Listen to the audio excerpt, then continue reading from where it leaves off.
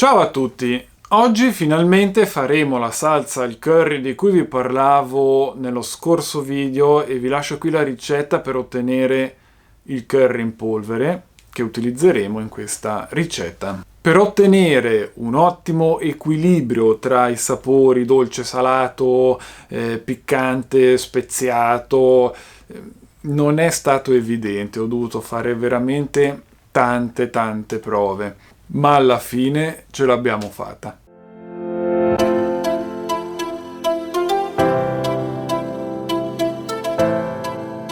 Allora, abbiamo bisogno 75 grammi di mango maturo, 25 grammi di banane mature. Logicamente sono delle dosi veramente ridotte, ma vi consiglio di iniziare così, che almeno lo assaggiate, vedete se vi piace. Eventualmente potete anche voi correggere la ricetta secondo i vostri gusti e poi eventualmente, una volta trovato il vostro equilibrio, farne di più. Per quel che riguarda mango e banane, eventualmente in commercio si trovano anche dei purè già fatti, così per non dover comprare il frutto se avete problemi a trovare il mango maturo di qualità, eccetera. Poi abbiamo bisogno 20 grammi di aceto di mele, 10 grammi di succo di limone, 5 grammi di zucchero e anche lì dipende un po' da quanto sono dolci i frutti. Logicamente più sono maturi e più sono dolci, quindi magari possiamo stare un po' indietro con lo zucchero. Se sono meno maturi saranno meno dolci, quindi dobbiamo aggiungere un po' più di zucchero. 2 grammi di sale e poi abbiamo bisogno un cucchiaino colmo di curry, quello lì che abbiamo fatto la volta scorsa, che già è piccante di suo, ma io vi consiglio di aggiungere un altro peperoncino a questa salsa. Dipendenza della piccantezza ne potete mettere anche solo metà, un quarto di peperoncino. Se amate poco il piccante non lo mettete, perché il curry dall'altra volta vi ricordo che già è piccante di suo. Adesso andiamo al procedimento, ma prima vi consiglio di iscrivervi al canale se eventualmente non l'avete ancora fatto, così da rimanere aggiornati sui futuri video, che molto probabilmente i prossimi saranno tutti un po' di ricette riguardanti la cucina, mentre che in primavera rincominceremo con i video consigli, tutorial riguardanti la crescita, il mantenimento in salute delle piante, la cura delle piante e quindi iscrivetevi al canale. Cuocere per un paio di minuti e frullare, oppure frullare prima di cuocere.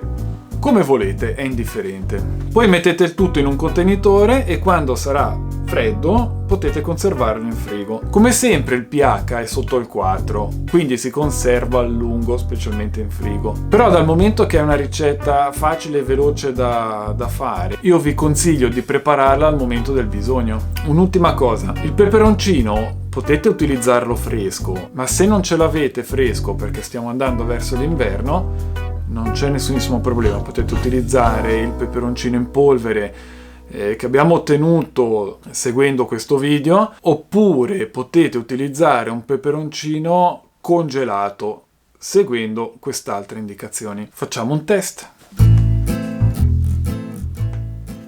Ecco la nostra salsa al curry. Se questa consistenza non vi piace, la volete più densa, aggiungete un po' più di maizena, semplicemente.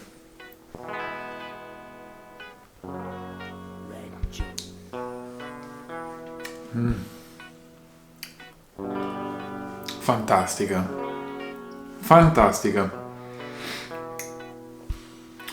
Dolce, salata, estremamente speziata. Poi questo curry che vi ho fatto fare nel video precedente è veramente una cannonata. E questa salsa è la fine del mondo. Dovete assolutamente assaggiarla. È estremamente bilanciata. Ci ho messo parecchio tempo ad ottenere questo bilanciamento. Dopo sono gusti. Però all'inizio non mi piaceva, mettevo troppa banana. Poi ce l'ho fatta trovare il bilanciamento tra la banana e il mango. anche col zucchero e il sale, perché anche lì dipende. Poi logicamente dipende, se mettete una banana che è meno matura ci vorrà probabilmente un po' più di zucchero, quando invece è bella matura diventa più dolce. Stessa cosa per il mango, comunque è veramente strepitosa. Mm.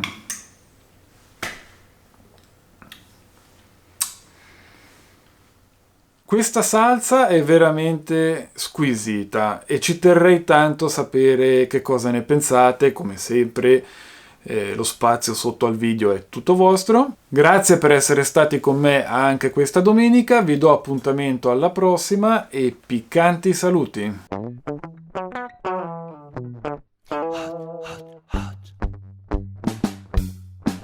Red Joe.